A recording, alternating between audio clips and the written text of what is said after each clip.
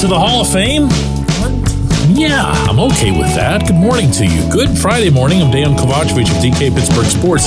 This is Daily Shot. Pirates, it comes your way bright and early every weekday. If you're into football and or hockey, I also offer daily shots of Steelers and Penguins, where you found this.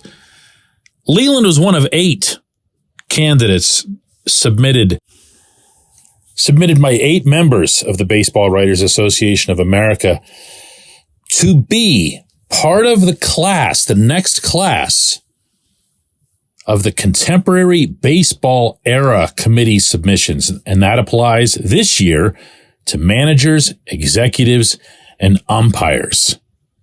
Among the other people who are on that list are Cito Gaston, Davey Johnson, Lou Piniella, really well-known, obviously, managers in the profession. Joe West, the umpire who was around for 1,000,000 years, Ed Montague, another one. It's going to take 16 members of the committee that does the voting, and that is not the writers. That's not the group that I'm part of. I've been a Hall of Fame voter for a few years now, but not in these special select committees. In fact, this particular committee has yet to be assembled. It'll be put together in time for December 3 at the winter meetings in Nashville. That's when we'll know whether or not Leyland made it. I gotta tell you, I try to avoid any kind of sentimentality when even discussing the Hall. And I definitely avoid it. I mean, I avoid it like the plague when it comes to actually casting my vote. So I'm a little bit glad I don't have a vote in this category. Because if there's one thing that Leyland has achieved, not just in his managerial career, but in his life, is that he's made everybody feel like they're a friend. He's made everyone feel like he's known you and you've known him for years. And if you're one of the many, many, many people in our region, or for that matter, in Detroit or Miami or wherever else he's worked, who's encountered him, you know what I'm talking about. And believe it or not, I'm going to speculate here that a lot of you who are listening to this right now are nodding, going, oh yeah, I met him. I know him. Because that's the kind of impression that he gives off. Now, look inside the sport. Look inside the game. And that goes to another extreme. His players loved him, would run through a wall for him. Again, not just with the Pirates, but also with the Marlins, with the Tigers. You see the way he approaches the guys who used to play for him. They don't come up to him and shake his hand. They don't ask him how he's doing. They give him a hug as if they're seeing their long-lost uncle or brother. That's really who Jim Leyland is. It's difficult to even talk about him without getting a little bit emotional. And it's definitely difficult to picture him being inducted into the Hall of Fame. This guy would cry at the drop of a hat. This guy would cry at Don Kelly's first base hit in the majors and then mean it. There's no one like him. There's no one like him that I've covered. There's no one like him that I've known in the game. And picturing him getting the highest honor is just something that's so through the roof that you can tell that I'm not even going to make any kind of coherent case here for him because I can't. I can tell you that it'll make a difference. I can tell you that out of whoever these 16 people are that they pick, there's going to be 14 of them who feel this way. I'm just guessing. And it shouldn't affect anything. You guys have heard me say, if you've been listening for a long time, you know, when I get accused of not having voted for Barry Bonds for 10 years because he was nasty with reporters or whatever else, and I tell you, and my easy response to that one is that every single interaction I had with Bonds was a positive one. He was terrific with me. Now, I also heard firsthand from a lot of others for whom that wasn't the case, but I had a nice, easy escape route on that accusation. But it also wouldn't have mattered.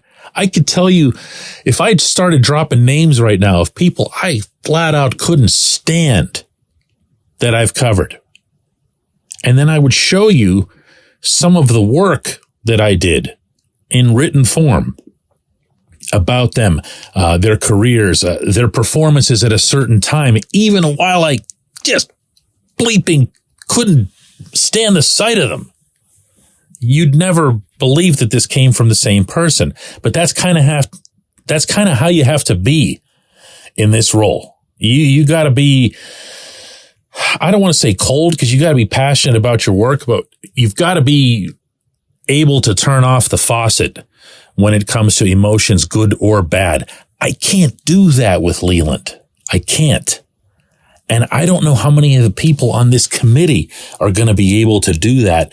So what I'm trying to tell you is, setting aside all of his managerial victories, his triumphs, his 3 pennants, his World Series title with the Marlins, the 3 division champions that he had in Pittsburgh, overseeing the pre-roided up Barry and the MVPs that Barry won here, the famous interaction between Leyland and Bonds that one day in Bradenton. Setting aside all of that stuff, there are going to be people on that committee who really, really, really want him in. And it's going to take 75% of them, 12 of them, to get him in.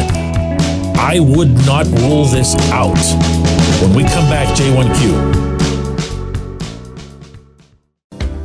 This portion of Daily Shot of Pirates is brought to you by our friends at North Shore Tavern, that's directly across Federal Street from PNC Park. It's home of Steak on a Stone, an eating experience, underscoring the word experience.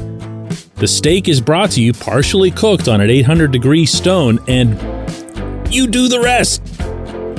It's a ton of fun, it's a great meal, and it's a baseball atmosphere like no other in Pittsburgh. North Shore Tavern, right across Federal Street from PNC Park.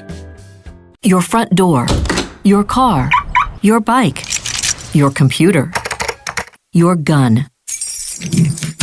Safety is a habit. Every day you lock and secure your home and everything you want to keep safe. Gun safety and responsible storage are no different, and the best way to help prevent accidents, misuse, and theft. If you have a firearm, own it, respect it, and secure it. Visit ProjectChildSafe.org. Brought to you by the National Shooting Sports Foundation and the Bureau of Justice Assistance.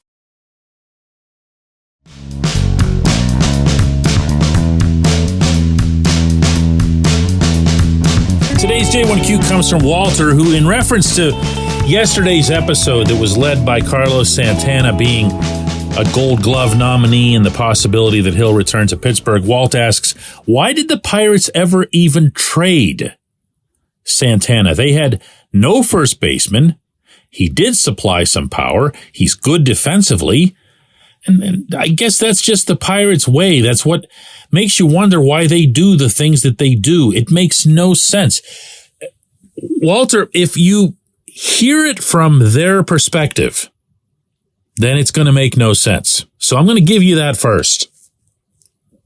They will insist that when they get to a certain point in the season and there's no hope and whatever else, that the Santanas, the G-Man Choi, the Rich Hill types, they're all expendable, and if they can move them even for middling prospects, invariably outside any team's top 30 list, they'll do it. They'll do it. They'll insist that it's just another way to continue building up the system, even though these prospects are so far off the other team's radar that they don't even make it into the mainstream top 30 lists. And that's what happened with all of those guys. With Hill, with Choi, with Santana. Now, if you hear my answer to your question, it's going to make sense. They were saving money. They were saving money. They're cheap. It's what they do. It's not even an accusation on my part. I'm not going for the low-hanging fruit here. It's just that obvious. That's what they were looking at over the final 2 months. Why would we be paying these guys all this money when we can save the prorated portion of their contracts? Hill was an $8 million player. So you send him out with 2 months to go. You can do your own math on that. Santana was a $6.7 million player for a year. Well, you're saving 1/3 of that. So you add all that up and all of a sudden it's just another 5-6 million, whatever it is, that's sitting there in your bank account, your corporate bank account. And I'm not, you know what? I'm not even going to criticize them for it. Okay. Not in the broader sense. It is a business and they do have a right to make money and be solvent depending on who you believe regarding how much they're making, how much they're expending. And then you factor in that they lost their TV contract in mid-season and maybe there's some justification for it, whatever. My problem with it, and I think, without putting words into your mouth, Walt, your problem with it is that you had somebody here already that you'd have to be thinking to yourself, you'd at least be considering the possibility of bringing him back for 2024. That's something that Santana discussed openly, even after the trade. That's something that Ben Cherington discussed at the time of the trade, that they'd be amenable to that. Both sides would be amenable to that. So what are you doing? What are you doing to save a couple $1,000,000, which is very, very, very little in the overall scope of the budget? When it's somebody who's that important, not only to you positionally for a year, but also in being O'Neal Cruz's mentor and working with him. And, you know, they think first in that regard. People say, and I hear this all the time, you know, they don't care about winning. It's not true. They care about winning. They just don't care about it first and foremost. It's not the number one priority. If it happens, they'll enjoy it. They'll care about it. It's happenstance, though. And that's how it should be labeled. I appreciate the question. I appreciate everybody listening to Daily Shot of Pirates today, all week long. And yep, we're going to slog this out all off season as well. Let's do it again Monday.